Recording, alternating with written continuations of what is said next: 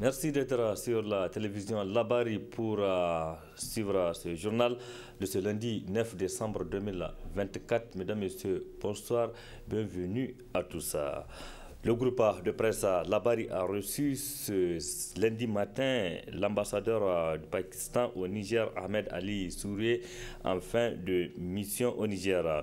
Il est venu donc remercier le groupe de presse Labari pour la bonne collaboration avec son ambassade pendant la durée de son séjour au Niger.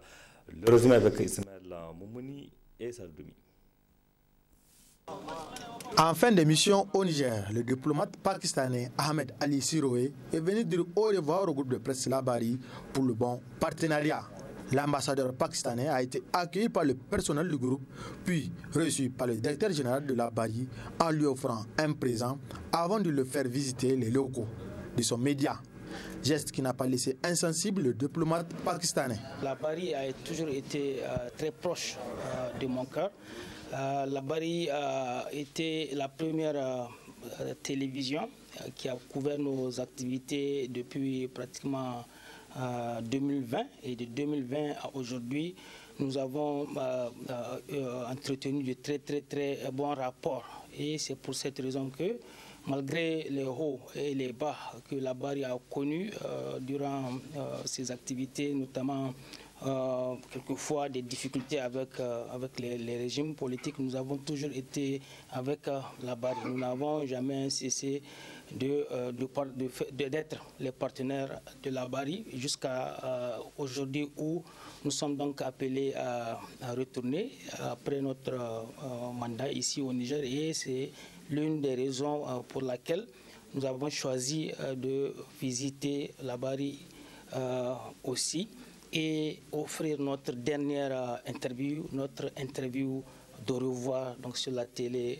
Labari. Le cadeau que je viens de recevoir de la part du directeur général de Labari est assez significatif pour la raison que c'est un cadeau qui représente toutes les régions. Et aussi c'est un cadeau qui représente tous les médias, comme l'a si bien dit le DG, donc au-delà du groupe média Labari. Et mon cadeau également que j'ai remis au DG est aussi assez significatif. Si vous l'avez remarqué, c'est un stylo, et nous disons que le stylo est plus puissant qu'un sabre. Et c'est pour que monsieur le DG continue à utiliser la puissance du stylo dans le cadre de ses activités, surtout à ce moment crucial où le Niger vient de reconquérir sa souveraineté. Donc d'où la nécessité d'utiliser ce stylo qui est plus puissant qu'un sabre, dans le sens d'éveiller les consciences, dans le sens de créer l'éveil de conscience au niveau des jeunes pour qu'ils sachent le rôle qu'ils ont à jouer dans ce processus combien important, et pour lui permettre également de pleinement jouer son rôle en tant que journaliste. Pour sa part, le directeur général de la radio et télévision Labari est revenu sur les relations entre son média et l'ambassade du Pakistan. Ça montre quand même le dynamisme qu'il y a entre le groupe de presse et l'ambassade du Pakistan au Niger, dû quand même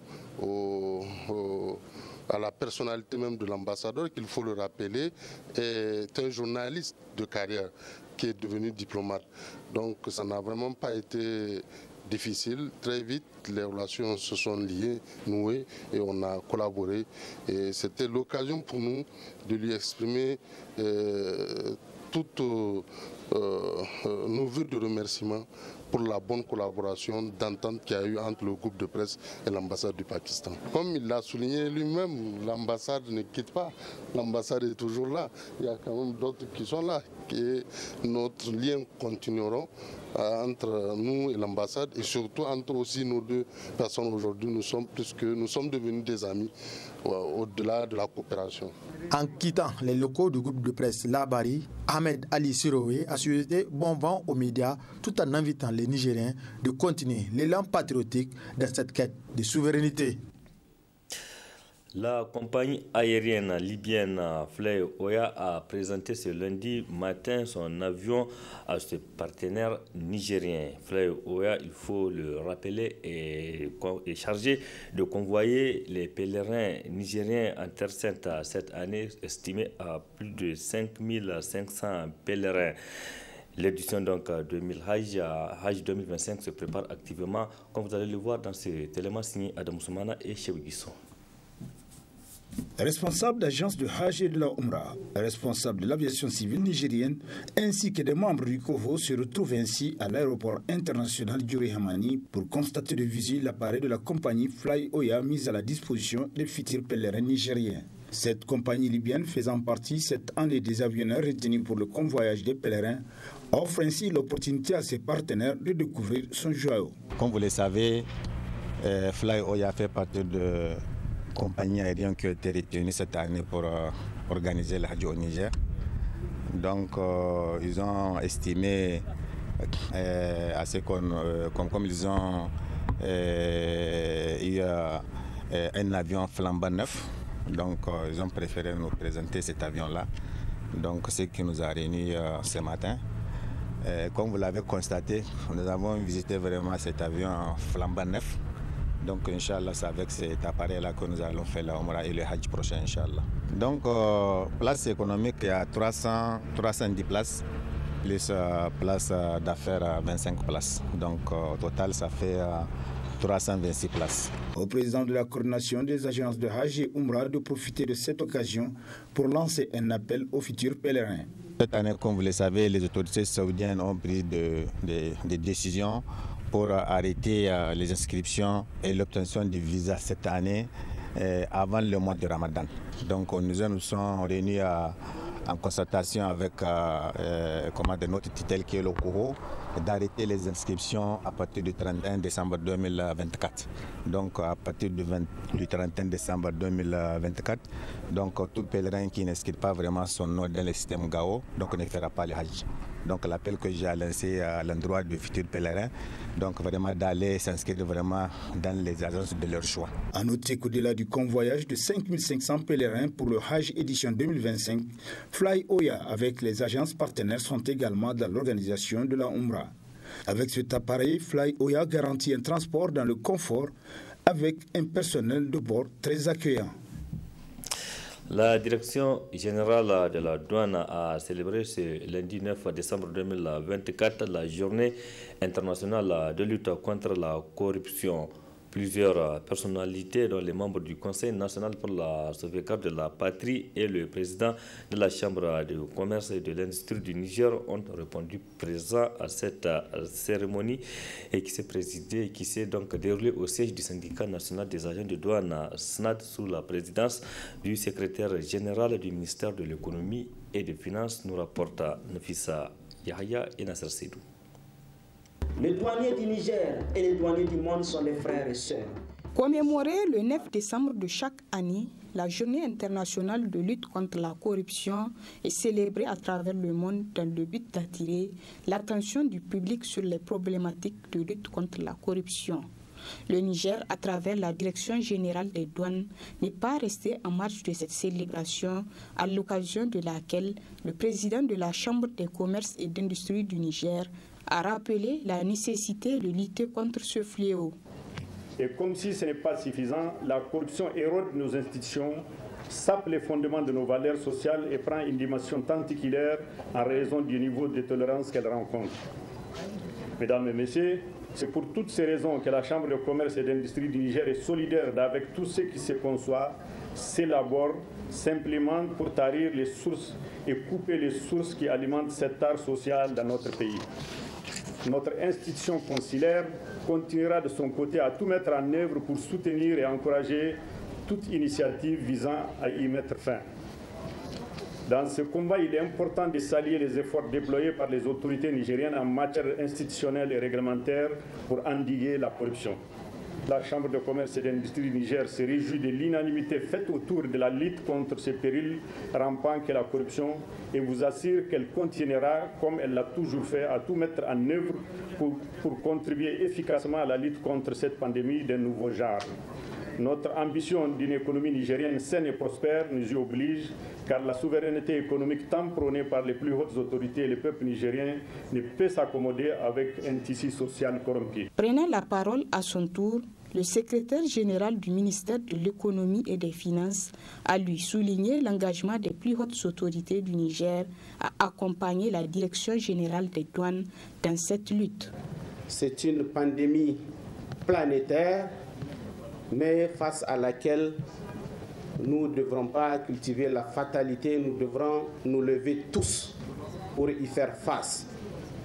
Je sais qu'au sein de la douane, divers mécanismes existent à travers son organigramme, les différentes directions, les différentes structures qui sont créées au niveau national comme au niveau régional pour traquer les délinquants financiers, notamment dans le cadre de la lutte contre la fraude de tout genre.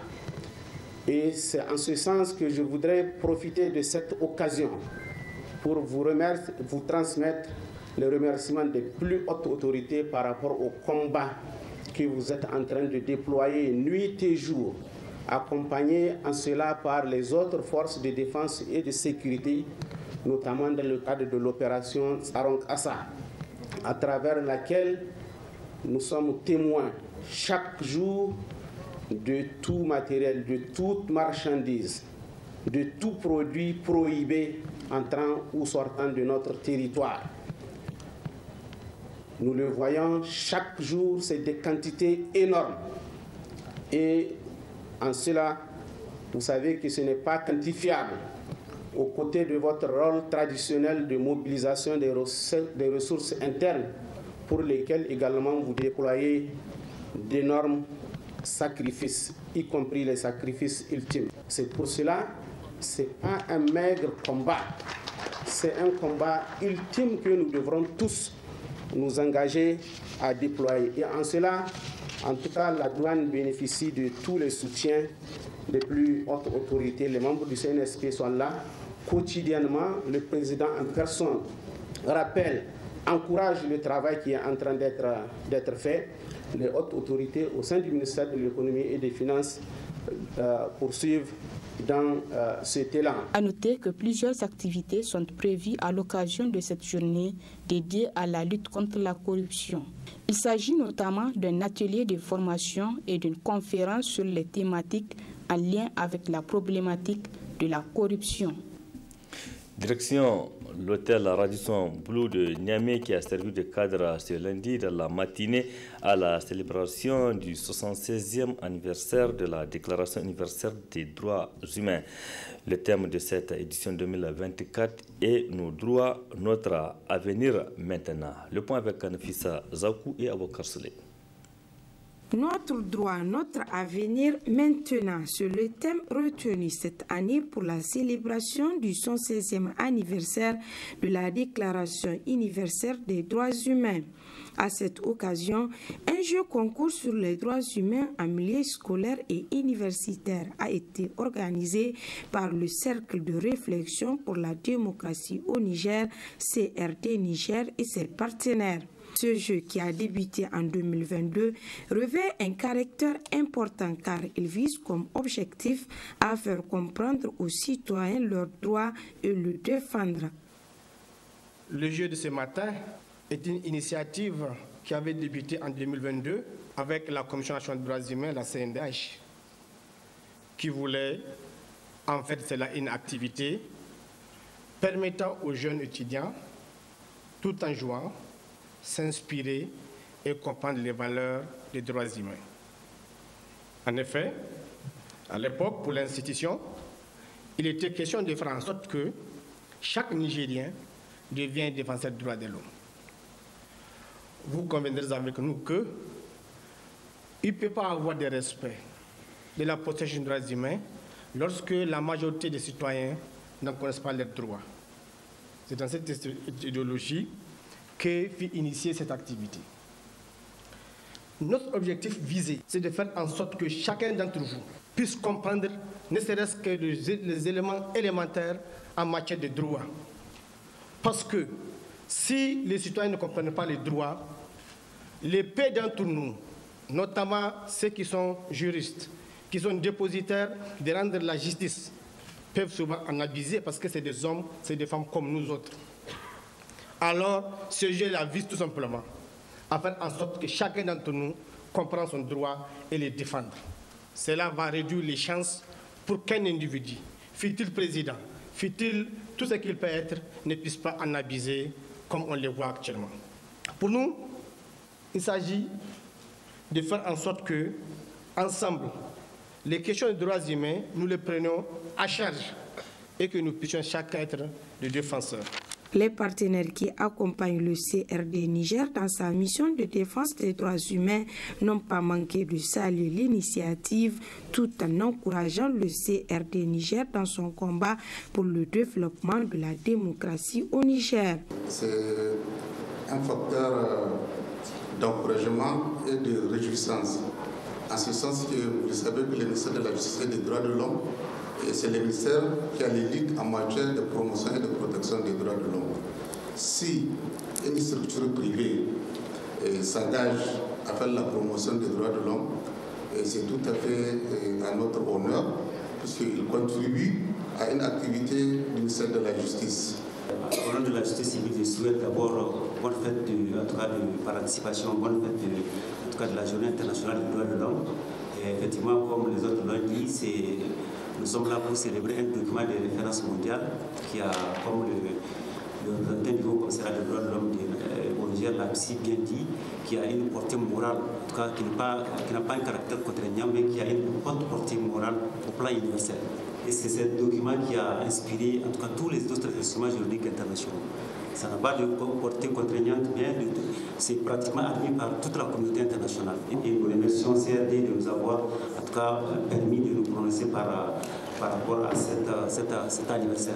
Notons que 4 écoles participent à ce jeu concours édition 2024, à savoir SUS UMEF University of Niger, l'Université Abdou Moumouni de Niamey, l'UASTM et l'ETEC.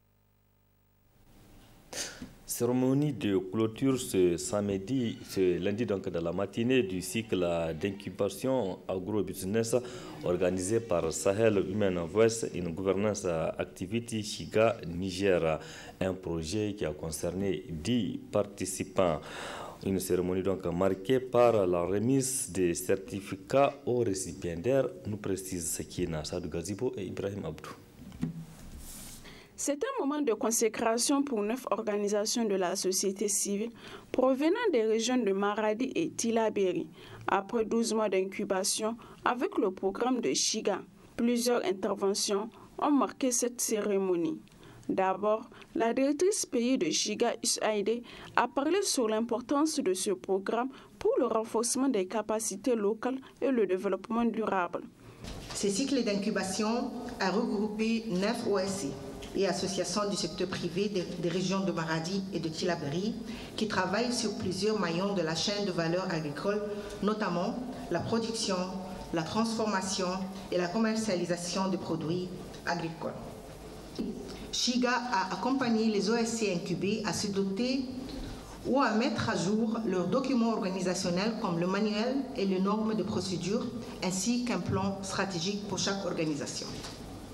Et c'est avec fierté que je peux annoncer qu'aujourd'hui, les 9 OSC ont déjà leur identifiant UEI, Unique Entity Identifier, qui est un enregistrement requis pour bénéficier de l'appui direct de USAID. Puis, l'ambassadrice des États-Unis Les États-Unis, à travers la mission de USAID, s'engagent à soutenir les organisations locales à travers le Niger. La croissance économique tirée par l'agriculture est une priorité pour les gouvernements nigériens et américains. So chacun d'entre vous ici aujourd'hui joue un rôle essentiel dans l'élaboration de l'avenir du secteur agriculture du pays. Nous comptons sur vous pour créer un secteur productif et durable pour les générations futures. Les bénéficiaires ont été formés sur les thématiques de l'agrobusiness, du changement climatique, ainsi sur les techniques de plaidoyer, communication digitale, élaboration des projets, mobilisation des ressources et suivi-évaluation. Une formation très bénéfique pour les bénéficiaires. Pour notre part, c'était l'accompagnement des femmes transformatrices de produits dérivés d'arachide de la commune de Chadakori. Telle était la thématique de notre projet mis en œuvre. Le projet visait à renforcer les capacités des femmes transformatrices de Chadakori, en termes de gestion associative, en termes de marketing et publicité, et en termes de digital marketing. Donc aujourd'hui, au sortir de ce projet, les femmes ont pu être renforcées de leur capacité à gérer leur association, parce qu'il faut d'abord rappeler qu'ils sont en groupement. Et qui dit groupement, dit association, dit vie associative. Donc nous avons déroulé un paquet d'activités avec ces femmes, dont cette formation en gestion de vie associative, mais surtout en marketing digital, qui permet aujourd'hui à ces femmes d'utiliser des plateformes comme WhatsApp Business, comme TikTok, comme même Facebook, pour ventiler, pour faire des ventes en ligne. C'est une incubation qui nous a permis de renforcer nos capacités sur certaines thématiques, mais également de mettre à jour certains de nos documents, notamment le manuel de procédure et nos plans stratégiques.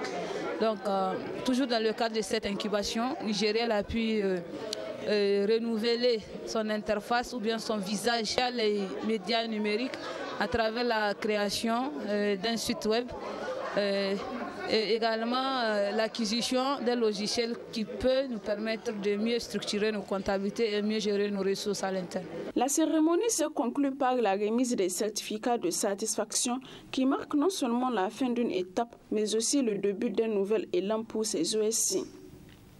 Félicitations donc aux bénéficiaires. Point final de cette édition. Merci à vous de l'avoir suivi. Restez en compagnie des programmes de la télévision Labari. Excellente nuit à toutes et à tous et bon début de semaine. Au revoir.